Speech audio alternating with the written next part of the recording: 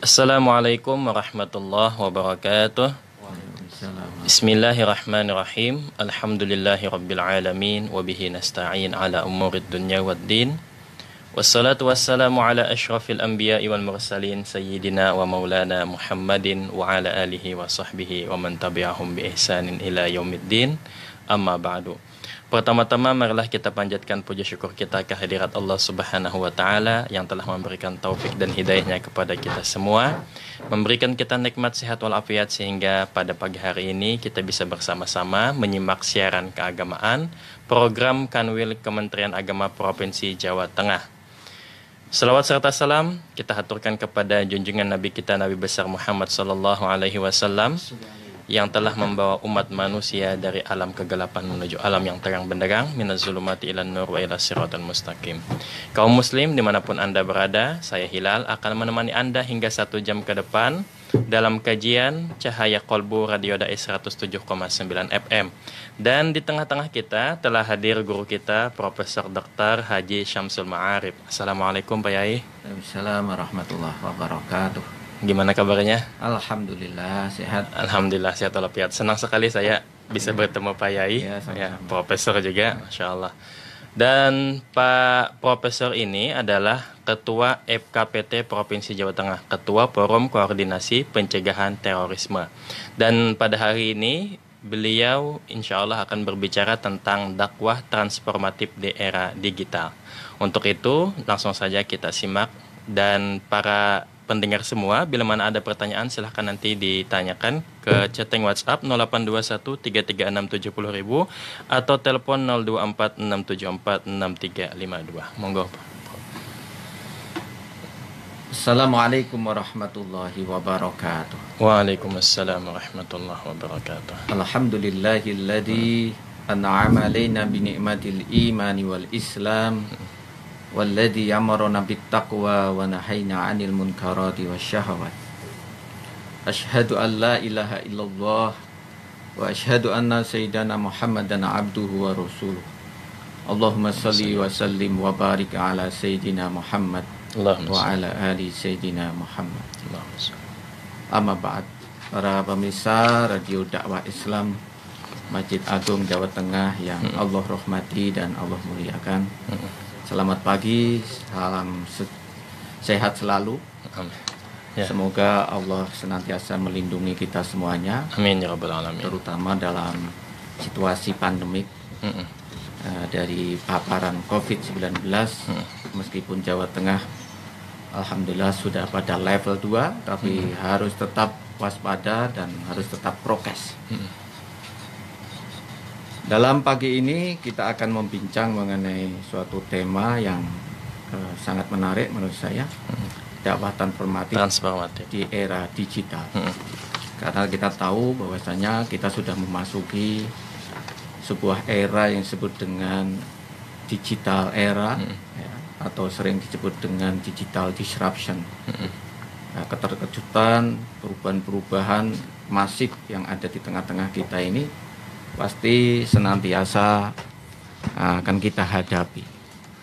Namun begitu kita harus tetap waspada dengan situasi keterkejutan di setiap peristiwa-peristiwa yang terjadi ini. Baru saja kita ada ledakan pandemi seperti ini juga menjadikan kita shock ya, shock culture ya, perubahan-perubahan yang masif. Namun kita harus tetap optimal dan harus tetap optimis untuk menjemput kehidupan-kehidupan yang lebih baik dengan cara kreativitas, menciptakan inovasi-inovasi demi keberlangsungan kita bersama. Inilah saatnya kita memang di era yang penuh tantangan ini untuk melatih diri, kepekaan kita, melatih kecerdasan kita untuk mampu mengoptimalisasi setiap talenta yang harus kita optimalkan. Tidak boleh kita itu kemudian patah semangat begitu ya, tapi kita harus tetap aktif, dinamis dan menjemput buah perubahan-perubahan yang terjadi itu. Apalagi dakwah ya kan, karena dakwah ini menjadi suatu elan vital, ya, roh daripada Islam itu sendiri. Jadi kita harus menggelurakan semangat dakwah, mengajak kepada kebaikan, jalan-jalan kebenaran, jalan-jalan Allah Subhanahu wa taala, dan apa yang telah dicontohkan oleh Rasulullah Shallallahu alaihi wasallam. Ya, tentu saja karena eranya berubah, maka perlu ada sebuah transformasi dari transformasi yang notabene itu ya perlu diselaraskan ya dengan kepentingan zaman gitu. Kalau dulu mungkin kita tahulah ya, kalau dakwah itu kan sifatnya konvensional, tatap muka ya, face to face, ketemu begitu ya. Orang harus bertemu, mencari guru ya, dan disitulah sebuah transmisi nilai, transmisi ilmu pengetahuan dilakukan. Nah, tapi di era seperti ini, sekarang ini, wah, semua bisa menjadi guru ya. Semua bisa mendadak menjadi ustadz. Ya, semua berbicara. Ya, semua berbicara, bukan pada kapasitas dan kompetensinya. Oleh karena itulah di era seperti ini maka perlu ada sebuah gerakan-gerakan penyadaran dengan sebuah transformasi yang kritis begitu ya. Dan masyarakat juga harus tahu dan harus mengkritisi setiap apa yang terjadi. Jangan-jangan ini memang perlu check and recheck begitu ya. Apa betul begitu? Maka disinilah butuhnya literasi dan validitas apa sumber begitu ya. Kalau di dalam kapasitas di era digital dibutuhkan namanya validitas sumber, resources yang harus bisa dipertanggungjawabkan. Makanya semuanya harus hati-hati dan harus menata diri di era keterbukaan semacam ini. Apalagi era ini sudah global village. Nah, semua akan tahu sedunia ya. Makanya kita juga harus waspada di era seperti ini, dan marilah kita bijak di dalam berselancar di dunia maya ini. Syukur-syukur kita memiliki literasi untuk bisa membedakan mana yaitu sumber-sumber yang baik, bermaslahah, dan memang menjadi apa ya gizi pengetahuan yang bisa meningkatkan. Salah satu sisi adalah kecerdasan, intelektualitas, tapi juga bisa membuat apa hati kita itu semakin bercahaya. Oke, baik. Nah, kemudian kita temanya tentang dakwah transformatif di era digital. Bagaimana Prof kira-kira model yang kita aplikasikan terhadap dakwah transformatif? Jadi modelnya, konkretnya itu seperti apa dakwah transformatif itu? Ya, dakwah transformatif itu sebenarnya adalah terdiri dari dua kalimat ya. Dakwah yang mengajak kepada kebaikan, amar ma'ruf nahi munkar. Nah, transformatif itu adalah suatu pemikiran perubahan. Jadi kira-kira dakwah yang mengajak kepada perubahan masyarakat. Dari kebodohan menjadi intelektualitas, ya, dari yang uncivilized menjadi civilized people, gitu, kira-kira yang berperadaban, berkeadaban, gitu ya. Dan itu adalah visi daripada Islam itu sendiri. Islam pada wataknya memang adalah transformatif. Nabi kemudian melakukan sebuah transformasi sosial dari gerakan teologis ya, menjaga akidah dari kerusakan akidah pada zamannya ya, sehingga menuju kepada tercapainya daripada dakwah daripada Islam di segala bidang ya, di segala bidang, budaya termasuk budaya juga. Pendidikan ya, ekonomi ya, itu kira-kira. Nah, baik, kemudian kita mengenal dalam dunia Islam itu ada 3 dakwah. Jadi ada dakwah bil lisan, bil kitabah, kemudian bil hal. Nah, terhadap di era digital ini, bagaimana mengaplikasikan 3 dakwah tersebut tuh? Kalau lisan kan mungkin seperti kita sekarang ya, didengar radio di rumah-rumah, itu dakwah dengan lisan. Nah, dengan tulisan dan itu bagaimana, Prof? Ya, apalagi ada kategorisasi semacam itu. Ini adalah saatnya kita ini memang menggerakkan ya, atau mengoptimalisasi kemampuan-kemampuan yang ada di semua bidang itu. Kan semuanya tidak mungkin ya memiliki kapasitas yang sama. Yang ahli bicara ya belum tentu dia ahli menulis ya, dan lain sebagainya. Tetapi itu menjadi satu kesatuan. Yang penting itu adalah kontennya di era kontennya sekarang. Yang penting ya. Konten yang menyadarkan, yang menggairahkan semangat untuk ya dakwah-dakwah yang menggairahkan hati untuk takarrub kepada Allah, cinta Rasul, cinta negara, agama dan negara gitu ya. Jadi kira-kira dakwah itu kan sangat luas dan semua orang sekarang bisa berbicara. Nah, kira-kira apa mungkin kalau kita hendak menerjunkan diri ke dunia dakwah, apa kira-kira yang bekal yang perlu kita isi terhadap diri kita, dan apa yang kira-kira yang tidak boleh kita sampaikan seperti itu?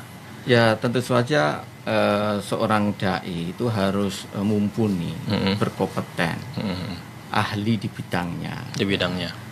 Di samping tadi ya, dia memang memiliki guru-guru yang bersanad. Nah, sanad penting ya. Yang bisa dipertanggungjawabkan dunia akhirat. Iya, betul. Kemudian peranata-peranata keilmuan yang harus mumpuni gitu kan ya.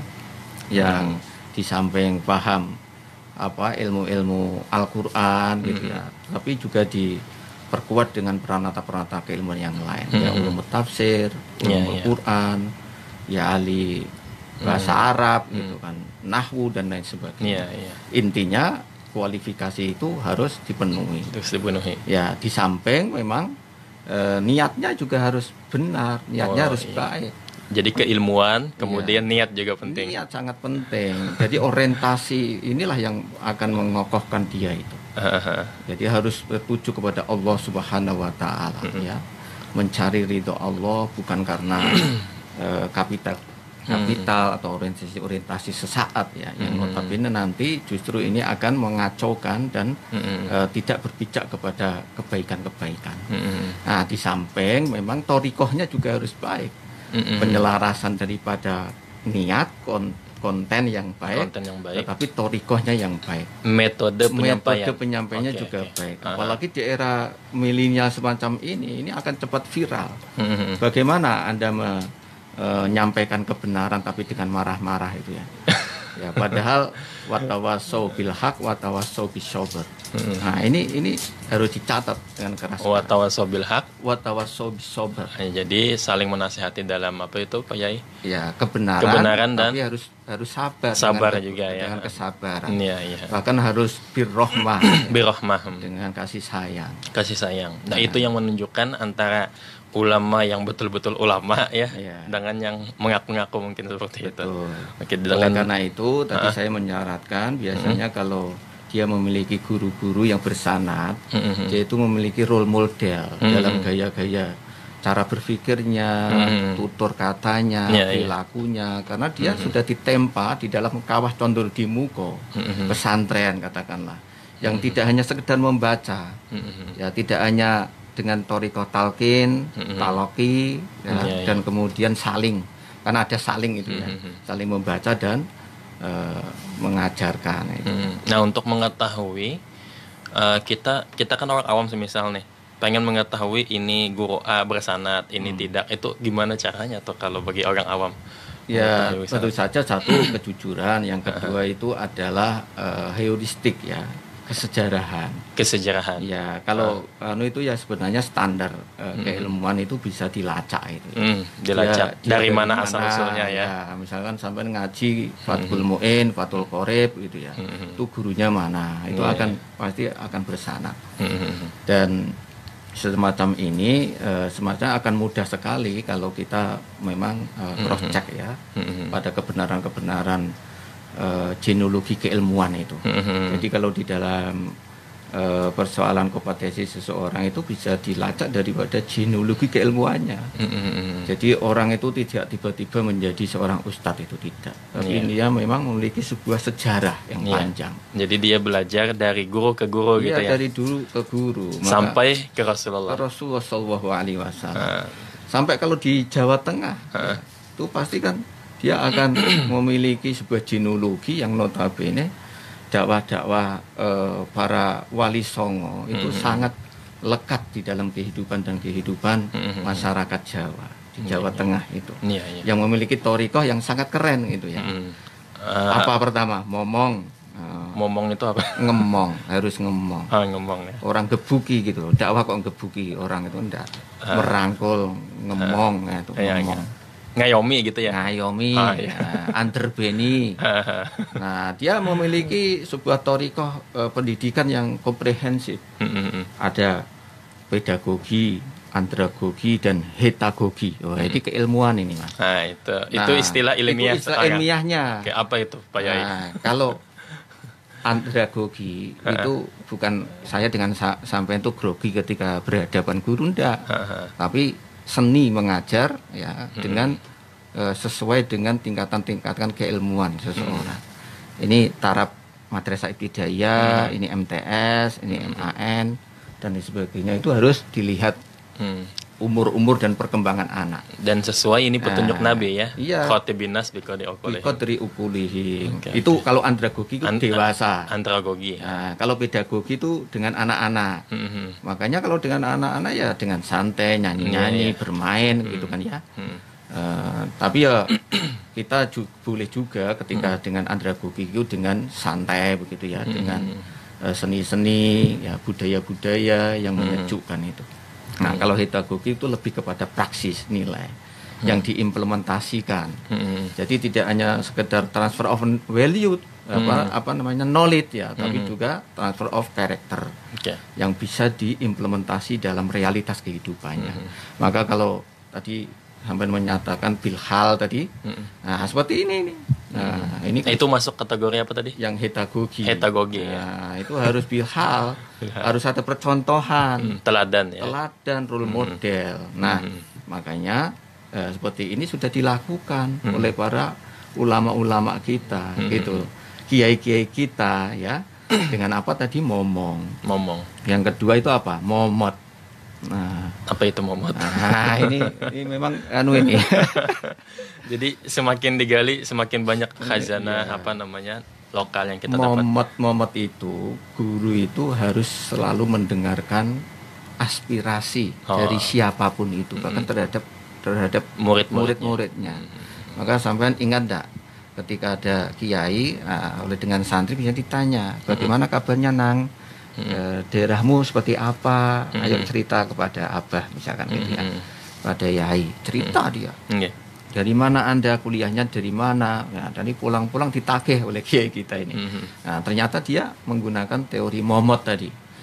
Ya, yang ketiga tuh ada istilahnya itu momor. Nah, jadi ada ngemong, momot, ngemor dan momor. Nah, momor tuh gaul. Gaul. Maka kiai-kiai kita itu dulu ya dengan kebudayaan, dengan kesenian itu supaya kena ya, wa khotibinas biqadri uqulihim itu kena dan sampai.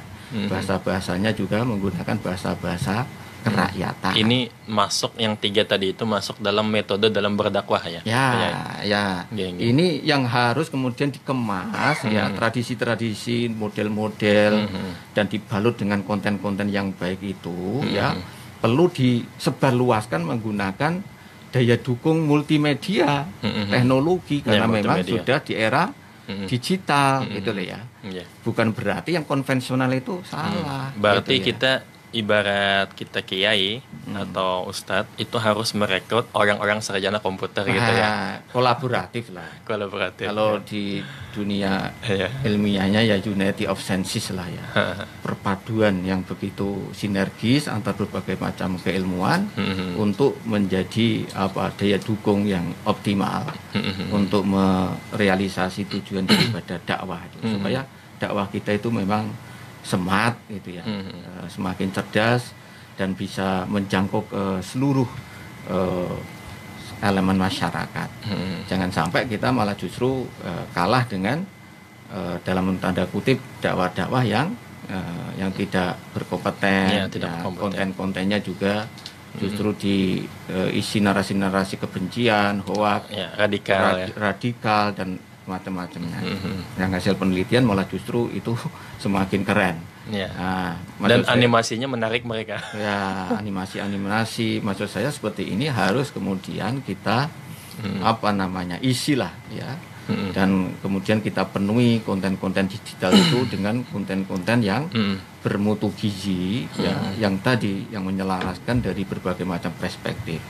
Jadi penguatan akidah, agama, tetapi juga cinta NKRI. Nah, cinta NKRI itu yang penting ya. Lihubil watoni. Lihubil watoni. Sebab banyak yang ibaratnya di luar sana, luar Indonesia, itu kan konflik ya, karena tidak ada rasa nasionalismenya. Oke, kemudian Pak Yai, ada hadis Nabi itu, kalian tidak akan tersesat manakala berpegang kepada Al-Quran dan hadis. Sehingga banyak orang yang sekarang ini, dia itu tidak lagi mau mengikuti apa kata kitab ini, kata syekh ini, kata ulama ini, kata kiai nggak mau, tapi dia pengen memahami langsung ke Al-Quran, hadis. Nah ini sebenarnya tuh bagaimana tuh? Ya, kembali kepada Al-Quran dan Al-Hadis itu memang ya harusnya begitu. Jangan pernah sekali-sekali meninggalkan Al-Quran dan Al-Hadis. Cuma persoalannya ketika menafsiri Al-Quran, memahami kandungan daripada apa yang dimaksud dengan hadis Rasulullah SAW, itu perlu ilmu. Gitu loh. Makanya kita perlu ulama dalam hal ini. Jika sampean tidak tahu, ya tanyalah ulama. Iya, betul. Dan itu Al-Quran juga ya. Fas'alu ala dzikri in kuntum la ta'lamun. Jangan kemudian menafsiri sesuai dengan kepentingannya sendiri. Itu namanya bukan takdimun nas itu, tapi takdimus syahwat. Maka barang siapa menafsiri Al-Quran ya dengan akalnya sendiri, pola pikirnya sendiri, kemauannya sendiri, ya falyatabawa maka ada minan nar. Kan bilang gitu ya. Iya. Jadi memang harus hati-hati. Hati-hati. Jadi pentingnya kita itu memang mengedepankan ilmu dan keilmuan. Dan kita harus gundelan kepada sarunge kiai, ulama-ulama kita yang mumpuni. Karena dia yang sudah memiliki suatu keilmuan yang matang dan yang memang selaras atau standar lah dalam bahasa keilmuan itu standar. Jadi bisa dikatakan Al-Quran dan hadis itu benar, tapi kita yang memahaminya bisa keliru ya. Kalau langsung ke sana gitu. Iya, bagaikan masuk ikan belantara itu ya. Kalau tidak memakai petunjuk map itu kan ya juga bisa tersesat. Berarti bisa disimpulkan Pak Yai bahwa kembali kepada Al-Quran dan hadis itu ditujukan kepada ulama ya, orang yang bisa menggali. Betul. Untuk orang yang awam mengambil apa tadi itu ayatnya?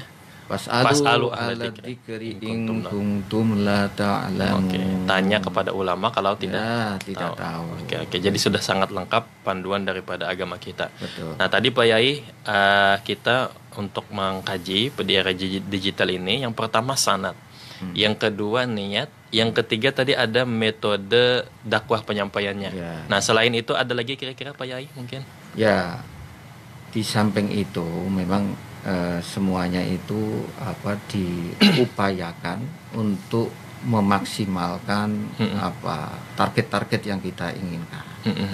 Jadi ada perspektif lah kalau di dalam bahasa ilmiahnya itu perspektif. Karena tanpa perspektif itu tidak jelas nanti. Ya, jadi misalkan dalam rangka apa sih dakwah itu ya di samping tadi ya untuk penguatan akidah, keimanan kita dan menyelaraskan daripada apa yang menjadi keinginan daripada Rasulullah Shallallahu Alaihi Wasallam untuk mengajak, menyemaikan nilai-nilai yang baik, keluhuran budi. Nah, ini yang penting. Tetapi juga memiliki visi untuk transformasi sosial. Ini loh yang kemudian harus digarisbawahi. Jadi nilainya itu plus ya. Jadi juga kalau di dalam Al-Quran itu faliya'budu rabbahadzal bait. Kira-kira begitu bahasanya. Kita harus dakwah untuk memperkuat ibadah pakai ilmu sesuai dengan apa yang telah menjadi tuntunan yang telah diberikan oleh para ulama-ulama kita itu supaya diterima. Ibadah pakai ilmu gitu loh, bukan saenake dhewe. Tapi faliya'budu rabbahadzal bait alladzi at'amahum min ju'. Nah, ini menciptakan ketahanan pangan. Nah, kira-kira supaya tidak terjadi kelaparan. Nah, ini dakwah transformatif seperti ini perlu digagas, perlu direkayasa supaya kita semakin cerdas gitu. Ya, tapi juga ibadah, tetapi juga masyarakat, transformasi ekonomi, kemandirian gitu ya. Wa amanahum min khauf, jangan lupa gitu ya. Ketahanan pangan tapi juga ketahanan keamanan. Maka dari semua itu semua harus bisa menjaga bumi pertiwinya gitu ya, tanah airnya, cinta tanah airnya. Dan kita harus semuanya dalam narasi-narasi kepentingan untuk persatuan NKRI. Ini yang penting. Itu namanya perspektif. Dari tiga itu kemudian dibalut dalam sebuah perspektif gerakan bersama. Maka diistilahkan dengan dakwah transformatif itu di era digital. Nah, itu mendukung upaya mendapatkan baldatun thayyibatun gitu ya. Itu harapan akhirnya begitu. Harapan akhirnya. Baldatun thayyibatun wa rabbun ghafur. Apa jadinya kalau kita ini tidak punya negara? Ya, bisa dibayangkan enggak kira-kira? Bingung ya. Bingung mau ibadah, mau sholat, mau sekolah, mau. Jadi punya tanah air itu untung banget kita ya. Iya, makanya cinta tanah air itu bagian daripada iman itu sendiri. Baik kaum muslim, menarik sekali kajian kita pada pagi hari ini dan insya Allah kita akan bergabung kembali setelah yang satu ini. Baik kaum muslim, kembali lagi bersama kami 107,9 FM terdepan dalam dakwah dan nada. Kepada para pendengar semua, bila mana ada pertanyaan silahkan dilayangkan ke chatting WhatsApp 0821 33670.000 atau telepon 024 674 6352. Melanjutkan bincang-bincang kita pada pagi hari ini, Prof. Sudah pertanyaan masuk nih dari Assalamualaikum. Oke, silahkan kita angkat dulu teleponnya ini ya. Assalamualaikum. Waalaikumsalam warahmatullahi wabarakatuh. Oke, dari siapa di mana? Dari biasa pendengar di Pak Heru Semarang. Iya, silakan Pak Heru. Terutama ini Mas Hilal ya. Assalamualaikum Mas Hilal dan Prof. Terutama saya mengucapkan puji syukur dan mengucapkan selamat ulang tahun buat Radio Dais. Dan tetap jaya di udara, sukses menyampaikan dakwah-dakwahnya dan kemudian juga para keluarga, kru penyiarnya, para pendakwahnya, penenggamnya semoga mendapat rahmah, taufik wal hidayah wal inayah, kemudian paringi rezeki yang angkatan dari Allah Subhanahu wa taala. Amin ya rabbal alamin. Nggih. Sambil silaturahim sambil bertanya seperti biasa. Tadi Pak Prof menyampaikan tentang dakwah ya. Yang saya ketahui, saya mau bertanya yang pertama. Yang saya ketahui Islam itu ada Islam liberalisme, sekularisme dan polarisme. Jadi yang saya tanyakan Islam yang filosofi itu yang bagaimana? Kemudian cara pengamalannya, cara pengertiannya, contohnya seperti apa Prof? Itu yang pertama. Yang kedua, tentang Islam way of life. Itu namanya bagaimana? Ini bahasa keren, bahasa Inggris. Penjelasannya bagaimana? Ini kan mungkin ada definisi atau terminologi. Contohnya seperti apa Prof? Yang terakhir, ada dakwah menyampaikan seorang ustadz Kiai Mubalik itu menyampaikan dakwah tentang 17 hal yang kemudian dia hanya bisa melaksanakan mungkin 10 atau 8 hal. Nah, sisanya kan nggak bisa mengamalkan. Dia mengamalkannya sebagian saja. Ini bagaimana? Apakah tidak nanti mendapat sanksi dari Allah Subhanahu wa taala? Kalau tidak salah dalam Al-Qur'an itu janganlah kamu berbicara atau menyampaikan sesuatu sehingga kamu tidak bisa melaksanakan, nanti akan disiksa oleh Allah. Sesungguhnya siksa Allah itu lebih pedih daripada yang lain. Nah ini kalau tidak salah ada kalimat kalbarotan indallah. Nah, mohon penjelasannya Prof. Terima kasih atas jawabannya. Assalamualaikum warahmatullahi wabarakatuh. Waalaikumsalam warahmatullahi wabarakatuh. Pertanyaannya ilmiah nih. Ada 3 pertanyaan tadi Prof. Yang pertama tentang spiritualisme Islam, kemudian Islam sebagai way of life, kemudian yang ketiga tentang makna kabura maqtan indallah an taqulu ma la taf'alun. Ya, ini sangat filosofis sekali ya. Nggih. Ya, memang begitu. Islam itu way of life, sebuah pandangan hidup. yang harus diinternalisasi dan dipahami dengan baik secara fikroh ya. Jadi itu bisa menjadi inspirasi dari sebuah gerakan-gerakan yang ada dari kita semuanya ini. Dari cara pandang, sikap, ya, pengetahuan, hingga kepada perilaku kita. Ini sudah menjadi embodied ya, dari kepercayaan itu menjadi embodied sebuah gerakan yang itu menjadi satu kesatuan. Kalau Islam ya terdiri daripada iman. Orang itu harus iman, percaya kepada Allah Subhanahu wa taala, ya kan, percaya kepada Rasulnya, ya. Dan itu harus integral, tidak bisa dipilah-pilah begitu. Seorang yang disebut dengan Islam yang baik ya harus memiliki keimanan yang kokoh gitu. Tetapi dia juga harus sadar ketika iman juga harus Islam, harus patuh dan memasrahkan semua totalitas hidupnya itu pada jalan-jalan yang diridhoi Allah Subhanahu wa taala, itu Islam. Nah, dari kedalaman keimanan seseorang dan baiknya kepasrahan seseorang, iman dan Islam itu menampilkan suatu cara pandang yang baik dan sedap dipandang mata, maka menuju ihsan. Nah, jadi alam taro kaifa daraballahu masalan kalimatan thayyibatan kasyajaratin thayyibatin. Ya itulah ya. Sabitun fil ardi ya wa fara'uha fis sama. Jadi kedalaman keimanan seseorang itu ya bisa teridentifikasi, ya bisa dilihat daripada bagaimana dia memiliki kebaikan-kebaikan, bagaikan pohon yang baik itu. Nah, sampai melihat kalau pohon kalau memiliki jangkar akar yang kuat, maka dia akan memiliki pohon-pohon yang kuat, yang kokoh, yang rindang dan sedap dipandang mata. Ya mulutnya pun baunya akan harum, karena dia menjadi muslim yang baik. Al muslimuna man salimal muslimuna min lisanihi wa yadihi. Ya, omongannya juga enak didengar gitu kan ya, tidak menyakiti, tidak provokatif, tidak marah-marah gitu kira-kira ya. Ini sebuah way of life yang mencerminkan suatu kedalaman dan kekokohan keimanan seseorang. Itu loh ya. Ya, ini dari fikroh menuju kepada amaliyah. Amaliyahnya dan kemudian harokah yang baik. Jadi intinya dia akan mencerminkan pada fikroh, amaliyah dan harokah yang baik. Nah, itu ya. Itu way of life.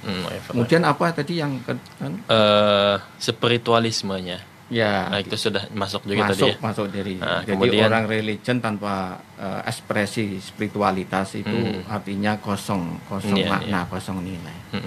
Jangan terjebak kepada formalisme karena al-Islam itu laisa biduwahir walakin bil jauhar.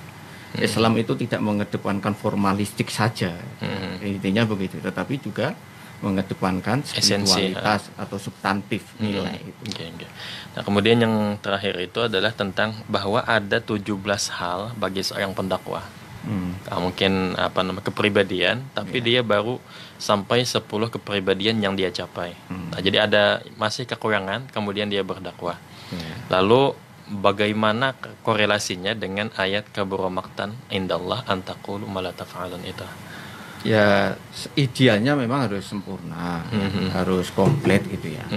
Tetapi ya asal ya masih kategori kebaikan dan memberi contoh-contoh yang baik dan niatan yang baik, saya pikir itu bisalah kemudian bertahap begitu ya. Ya, kita itu kan hidup dan kehidupan ini menjadi sumber-sumber inspirasi bagi kehidupan. Itu artinya apa? Kita harus selalu belajar dan tidak pernah menyatakan kita itu tahu segalanya. Ya, justru semakin kita itu dalam keilmuan kita harus menampakkan ketawaduan sebagai ciri daripada orang yang muttaqin. Ya, yang ada 4 indikator itu takwa, harus selalu tawadu, qanaah, kemudian wirai dan yakin. Nah, ini harus menjadi komplit. Dan inti yang benar, inti daripada dakwah itu sebenarnya adalah merealisasikan nilai-nilai kebaikan di dalam realitas kehidupannya. Sebagaimana dakwah Rasulullah, innama bu'istu liutamima makarimal akhlak. Nah, inilah yang menjadi sebuah catatan penting, dan kita harus senantiasa saling belajar, saling menasehati, ya, saling menasih kepada kebaikan-kebaikan. Nah, semuanya itu sekali lagi memang harus kembali kepada hati yang baik.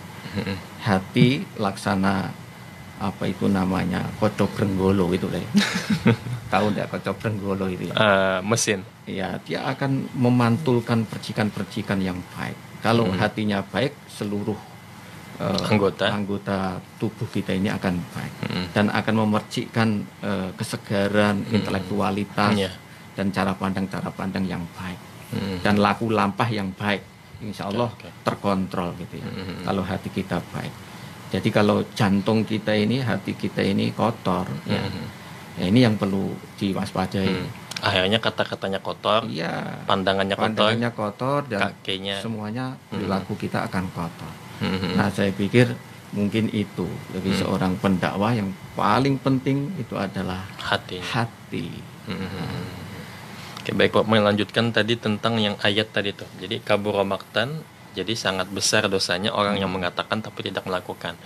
Itu kan tadi di situ ada beberapa komponen. Yang pertama mungkin ilmu, kemudian amal, kemudian baru menyampaikan dakwah gitu ya Pak. Jadi satu, ilmu, menuntut ilmu adalah kewajiban, kemudian berdakwah juga kewajiban. Nah, jadi itu gimana Prof mungkin? Ya, itu artinya sebenarnya memang harus totalitas ya. Totalitas. Bukan separuh-separuh dan dikotomis itu enggak. Jadi itu menjadi satu kesatuan yang utuh. Ya. Saling melengkapi. Ya belajar, ya mengamalkan, ya berdakwah. Gitu ya. Jangan berdakwah tanpa ilmu gitu kan. Nah, betul. Nah, ini yang berdosa. Wala taqfu ma laisa laka bihi ilmun. Karena apa? Semuanya nanti akan dipertanggungjawabkan. Dan itu ternyata banyak zaman sekarang. Iya. Inna sam'a wal basara wal fuad kullu ulaika. Nah, ini semuanya akan ditanya nanti. Nah, ini yang sangat harus hati-hati gitu. Ada lagi pertanyaan masuk. Assalamualaikum Prof. Izin bertanya, apabila ada ustadz yang menolak untuk berdakwah memakai kecanggihan teknologi karena meyakini kalau ngaji itu harus ketemu, bagaimana kita menyikapinya? Ya, itu kan pandangan ya. Jadi ada orang tidak suka nonton TV, ya kita hormati saja. Nggak suka kok, masa sampai akan maksa gitu. Pokoknya kita ini sekarang harus wisdom lah, penuh hikmah. Tidak boleh kita itu al-hulu dalam kapasitas apapun ya, al-hulu fiddin apalagi berlebihan ya, berlebih-lebihan dalam hal sesuatu. Tetapi saran saya memang ini sudah zamannya digital, kita harus arif dan bijaksana. Kalau kita tidak belajar, tidak memegang digital itu atau berdakwah tanpa sentuhan-sentuhan itu ya, artinya bukan konvensional saja. Kalau konvensional kan dengan talaki misalnya, dengan talqin itu ya, kemudian saling itu ya. Nah, ini kemudian disentuhkan dengan nilai-nilai teknologi supaya apa? Ya, memfasilitasi supaya memudahkan, bisa tersebar dengan cepat, manfaatnya lebih dan banyak, manfaatnya lebih baik, lebih banyak gitulah kira, daripada dunia-dunia itu berada dalam genggaman orang-orang yang tidak benar, betul. Ya salah apa itu namanya kepentingan, motivasi yang tidak terstruktur, dan lagi-lagi juga bisa membahayakan terutama persatuan dan kesatuan. Makanya kita yang harus mengisi pada konten-konten yang baik dan mengisi imunitas ya, memperkuat herd immunity. Ini yang penting, herd immunity di tengah masyarakat supaya memiliki kesegaran cara pandang yang baik, dan agama menginspirasi ya untuk tubuh kembang menjadi pribadi-pribadi yang baik, pribadi yang santun ya. Dan inti daripada dakwah itu sebenarnya ini, wa ma arsalnaka illa rahmatan lil alamin. Jadi untuk rahmat untuk semua. Kemudian ada lagi pertanyaan masuk. Assalamualaikum Profesor Syamsul Ma'arif. Bagaimana cara memulai dakwah dengan menggunakan digitalisasi? Saya kurang paham menggunakan teknologi zaman sekarang. Mohon arahannya. Ya, jadi ini seorang pendakwah sepertinya. Memang seperti ini juga kita harus familiar ya dengan istilah-istilah ini. Ya tidak salah. Saya sendiri itu belajar teknologi digital pada anak-anak saya, murid-murid saya, mahasiswa saya. Wong saya ini kan lahir di era kolonial itu kan. Sekarang era milenial. Ya, berarti tahun 1940. Ya, ini gadget society, masyarakat gadget ini memang dunia anak-anak. Apalagi dengan dunia daring ini, kita ini kan dipaksa itu. Dituntut untuk sadar. Jadi dosen harus cerdas, harus bisa menggunakan smart. Ya, bisa membuka laptop ya, kemudian menggunakan video, konten-konten kreatif, bahkan ada TikTok itu keren sekali ternyata. Ya, daripada goyang-goyang yang nggak jelas-jelas itu, nah itu diisi dengan konten-konten yang memiliki keilmuan, agama dan keilmuan. Nah itu sangat keren sekali. Qolawadalla malah justru ya, kalau dalam bahasa kerennya itu qolawadal, singkat padat tapi substantif, maknanya jelas, untuk transformasi apa gitu ya, itu melalui TikTok. Jadi menyaingi informasi yang tidak baik, kita anukan dakwah di sana. Ya, istilahnya fastabiqul khairat lah. Jadi semakin banyak kita mengisi. Jadi Pak Yai ini kan orang yang belum pernah belajar dari awal teknologi itu. Kira-kira apa yang bisa dilakukan Pak Yai? Ya, untuk mengenal teknologi, dimulai dari apa gitu? Apa sih yang tidak mau menggunakan HP itu sekarang? Iya. Semua pakai HP. Oh iya, yang mencet ini pakai WA. Ini pakai WA, ini sudah bisa. Betul. Berarti kan bisa dakwah lewat status WA. Betul. Bahkan buatlah WA yang bernarasi kepada kebaikan-kebaikan. Jangan berkecambahnya pemikiran-pemikiran yang tidak sesuai, tidak selaras gitu ya. Tidak selaras dengan nilai-nilai keislaman itu sendiri, tidak selaras dengan kepentingan kebangsaan misalkan gitu ya. Ataupun ini tidak selaras dengan local wisdom, kearifan-kearifan lokal kita ini. Nah, ini kita yang bertanggung jawab. Ayo dong kita ramaikan ya, kita berdakwah melalui YouTube, WA, Instagram, TikTok, dengan nilai-nilai yang memang itu digariskan oleh agama kita. Saya pernah membaca sejarah bahwa Nabi itu pernah mengirim surat ke raja-raja, ada Raja Najasyi, Raja Habasyah, kemudian ke Mesir dan lain sebagainya. Beliau itu kan seorang ummi ya, tidak bisa baca tulis. Tapi kok bisa mengirim surat? Berarti kan mungkin ada sekretarisnya Pak Yai ya.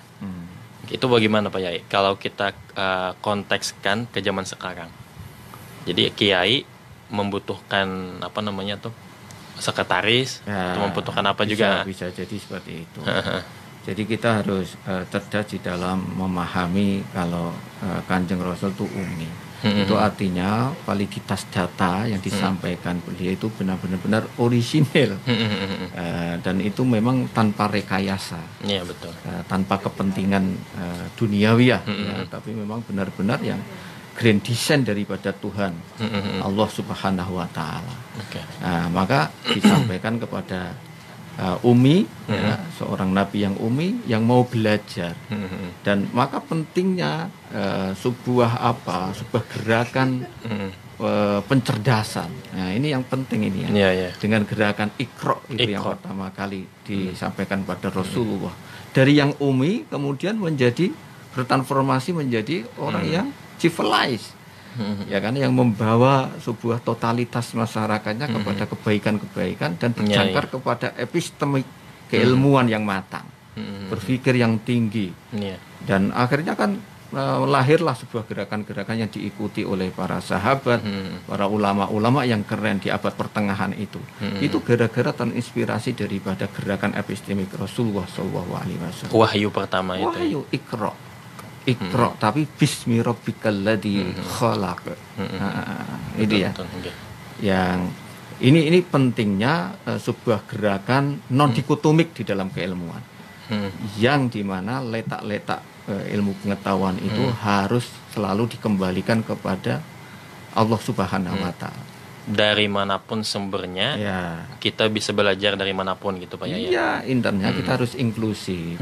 Terbuka kalau ya. Kebenaran itu memang dari Allah Subhanahu wa taala. Ya, apalagi tentang kebaikan-kebaikan dan bermanfaat. Dan nyata-nyata apa? Kalau sampean tahu gerakan abad pertengahan itu ya membuat sebuah transformasi yang luar biasa.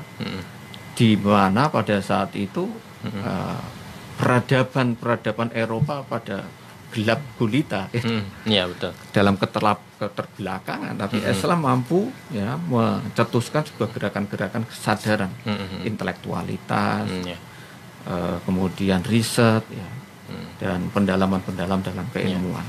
Di semua bidang Islam pada saat itu maju. Di semua bidang, saat maju. Jadi sampean tahu yang namanya Al-Khwarizmi. Al-Khwarizmi itu sangat-sangat inklusif. Sangat-sangat inklusif. Filsafat dipelajari, agama dipelajari. Tapi malah justru menemukan ilmu-ilmu aljabar tentang aritmatika, matematika. Luar biasa ini. Sampean tahu yang mengarang kitab apa itu namanya tafsir Jalalain itu ya. Imam Suyuti, bukan tafsir jalan lain loh ya. Yang tafsir Jalalain itu juga ahli kedokteran ternyata. Masya Allah. Ada kitabnya tentang Atif, itu? Atif wal hikmah itu kan ya. Itu kan luar biasa. Setiap kandungan-kandungan obat, kemudian peranata-peranata kedokteran itu juga ada doanya gitu ya. Bahkan mengenai corona itu kan juga ada tuh. Dibahas mengenai di dalam kitabnya. Ini kan sangat-sangat luar biasa. Ada obat, ada doanya, lengkap ya. Iya. Lengkap. Itu sudah diterjemahkan atau belum itu? Ya itu belum, itu tanggung jawab sampean lah ya. Nanti kawan-kawan tuh yang menerjemahkan, anak-anak muda itu. Oke. Itu sangat berarti sekali untuk kita semua. Dan Pak Yai itu ada pernah saya mendapatkan suatu tulisan bahwa dulu pada awal abad ke-20, jadi seorang ulama dari Indonesia bertanya kepada gurunya yang ada di Mesir. Dia bertanya, "Limadza ta'akhkharal muslimun wa taqaddama ghairuhum?" Mengapa umat Islam itu tertinggal sementara yang lainnya itu malah maju? Nah, kira-kira mungkin Prof sudah pernah membaca buku tersebut, apa kira-kira yang membuat umat Islam itu bisa tertinggal? Itu kan kegalauan ya. Kegalauan beliau seorang pemikir muslim yang ingin berperadaban gitu kira-kira. Tapi kok Islam itu semakin hari semakin tertinggal. Itu ya tadi karena kita ini menjadi konsumtif ya. Tidak reproduksi intelektual. Tidak mampu mereproduksi intelektualitas dan ulama-ulama. Justru malah kita ini diperparah dengan perpecahan-perpecahan di internal kita ini. Ya. Makanya menurut saya kita harus kembali kepada gerakan kesadaran, kepada keilmuan tadi. Yang cara berpikirnya metodologis, epistemologis gitulah kira-kira ya. Dan senang melakukan libaksila ilmi. Jadi untuk riset gitu ya. Jadi apa-apa yang mau kita narasikan, mau kita sampaikan itu memang harus based on riset gitu ya. Dan ini menjadi tipikal gerakan-gerakan ulama-ulama kita. Makanya saya pingin, ayolah kita bareng-bareng gitu ya, sebagai seorang dai apalagi gitu ya. Itu kalau pingin menyampaikan di tengah-tengah masyarakat itu ya berbasis riset. Ilmiah ya. Apalagi di dunia digital ini perlu waspada. Banyak data-data yang itu sudah tahrif. Sudah mengalami pereduksian, perubahan-perubahan yang tidak bisa dipertanggungjawabkan. Makanya dengan kecanggihan metodologis ya, itu bisa melakukan sebuah penelitian validitas dan ketidakvaliditasan sebuah sumber itu dengan cara misalkan thoriqah muqaranah misalkan dengan tahliliyah, thoriqah tahliliyah misalkan gitu ya. Untuk mencoba mengkritisi, karena memang kita tidak serta-merta take for granted terhadap sumber-sumber itu, tapi perlu ada critical analisa yang kritis gitu. Dan ini sudah menjadi tipologi gerakan ulama-ulama kita yang zaman dulu ya. Bahkan Eropa itu meniru gerakan kita. Gaya ulama Islam. Iya, misalkan ada footnote itu ya. Oh, betul. Footnote, apa itu namanya, masodir atau marja itu. Itu kan tipologi gerakan kita. Nah, kayaknya gitu ya. Iya. Jadi kita perlu kembali kepada Iqra. Iya, betul, ya, betul. wahyu pertama itu untuk kali membawa peradaban yang lebih baik. Iya. Nah, kemudian Prof, yang melakukan riset kan biasanya orang-orang akademisi, profesor, dokter, gitu ya. Nggak harus lah. Jadi mereka juga dituntut untuk berdakwah gitu ya. Iya, kiai saya ini kampung, tapi juga kalau juga kitab diturunkan semua. Basul Masail itu sangat hati-hati. Dan analisanya luar biasa. Analisanya luar biasa. Jadi bisa dilakukan manakala kita ada kesadaran untuk tadi menjadi sebuah habit kebiasaan. Habit in research gitu ya. Itu bisa dilakukan, tidak harus formal, tidak harus profesor, semuanya bisa melakukan.